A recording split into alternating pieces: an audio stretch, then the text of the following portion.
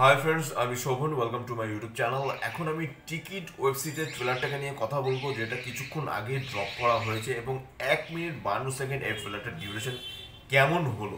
তো এটা একটা এক রাতের গল্প, যেটা ট্রেলারটা দেখে বোঝা গেল। এবং মোহাম্মদ নাজিম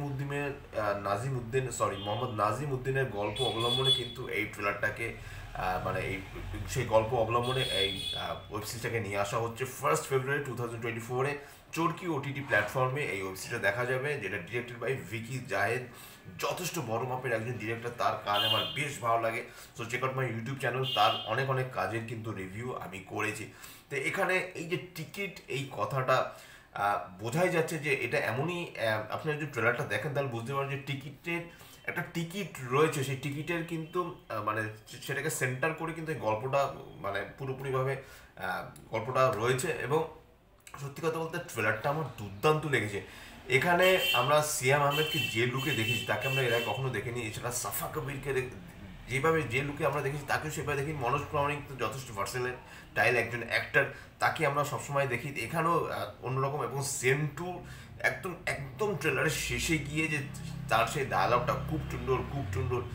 এই যে যেভাবে ট্রেলারটা শেষ করা হয় সেটা কিন্তু এক কথায় দুর্দান্ত। এবং যেভাবে এখানে বিজিএম ক্রিয়েট করা হয়েছে, এখানে যখন স্টার্টিং নিচ্ছে দেখানো হচ্ছে যে মেহেদিগঞ্জ টু আরবপুর এরকম একটা বাস যাচ্ছে, বাসটার নাম হলো লায়লা পরিবহন।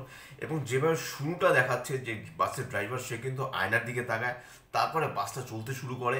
এবং তারপরেই পরপর কিছু ঘটনা ঘটেতে একটা বয়স্ক একজন ভদ্রলোকের হাতে একটা টিকিট পাওয়া যায়।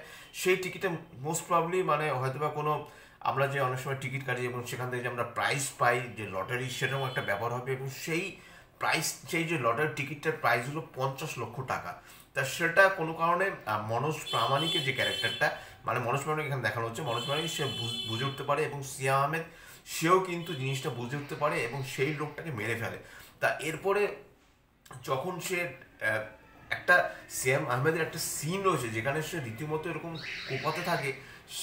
কাকে মারছে সেটা দেখায় না, কিন্তু যেভাবে সিনটা ক্রিয়েট করা হয়েছে দুর্দান্ত। এছাড়া একটা লাশ জলে ফেলে দেওয়া হচ্ছে এবং একটা ক্যারেক্টার দেখানো হচ্ছে সে হাতে কোনো একটা অস্ত্র নিয়ে দৌড়চ্ছে। কাজে ব্রুটালিটিটাকে যেভাবে এখানে দেখানো হয়েছে এক কথা অসাধারণ। এমন না যে একদম আপনি মানে শিউরে উঠবেন, একদম আপনি চোখ বন্ধ করবেন, সেরকম জিনিসটা নয়। কিন্তু যেই জিনিসটাকে ট্রেলারটাকে এত সুন্দরভাবে কাট করা যায়, এত সুন্দরভাবে এডিট, এত সুন্দরভাবে বিজিএম, এক কথা অসাধারণ। মানে প্রত্যেকটা ক্যারেক্টার কিন্তু দেখবেন জাস্ট ছুঁয়ে ছুঁয়ে গেছে। এখানে একটা ক্যারেক্টারে যেরকম বলে 5 লাখ, আর একটা ক্যারেক্টার বলছে 10 লাখ, কেউ বলছে 20 লাখ, কেউ বলছে 30 লাখ। কাজে এই যে 50 লক্ষ টাকা যে ক্যারেক্টারটা পায়, এবং তাকে হয়তো বা কোনো কারণে আরও 4-5টা ক্যারেক্টার কিন্তু ব্ল্যাকমেইল করে, সেটা কিন্তু সুস্পষ্টভাবে কিন্তু ট্রেলার দেখিয়ে দেওয়া হয়েছে। কিন্তু কারা করে, কেন করে, এবং এতটুকু বোঝা যাচ্ছে যে এটা কিন্তু এক রকমের গল্প। এবং সব থেকে বড় কথা, ট্রেলার একটা জায়গায় দেখবেন যে লোভ, লালসা, বন্ধুত্ব, এই যে ফন্টগুলো যে পরপর মানে স্পিডে আসে, সেই জায়গাটা কিন্তু আমার দুর্দান্ত লেগেছে। এবং সব মিলিয়ে কিন্তু ট্রেলারটা অসাধারণ।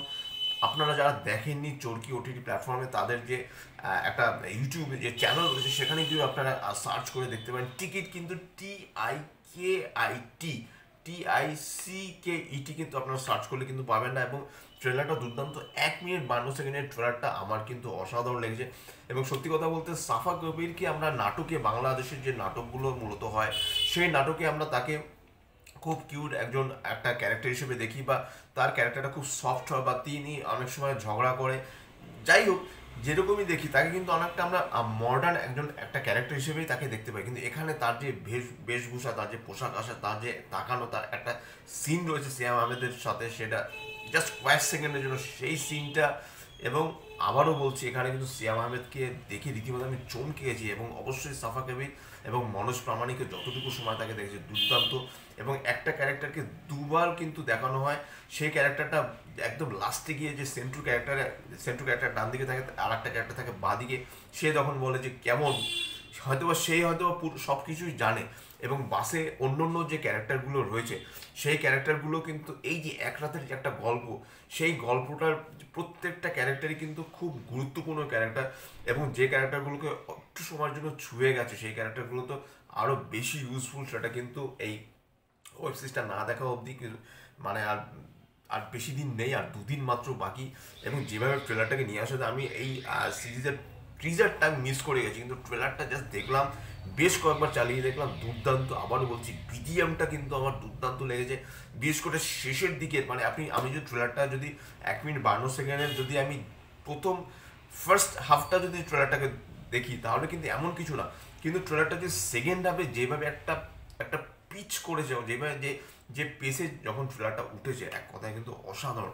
আমার দুর্দান্ত লেগেছে। আপনাদের কেমন লেগেছে নিশ্চয়ই কমেন্টসে লিখে জানাবেন, এবং যারা এখন দেখেনি টিকিট ওয়েব সিরিজের ট্রেলারটা আপনারা দেখে নিন, অসাধারণ। এবং ভিকি যাদের কাজ, তার কাজ বেশ বেশ ভালো, এবং তার কাজ কিন্তু গত কয়েক বছরে কিন্তু বাংলাদেশের সাথে সাথে কিন্তু পশ্চিমবাংলা যারা দর্শক, তাদের কাছেও কিন্তু ভূয়সী প্রশংসার কিন্তু দাবি অলরেডি রেখেছে।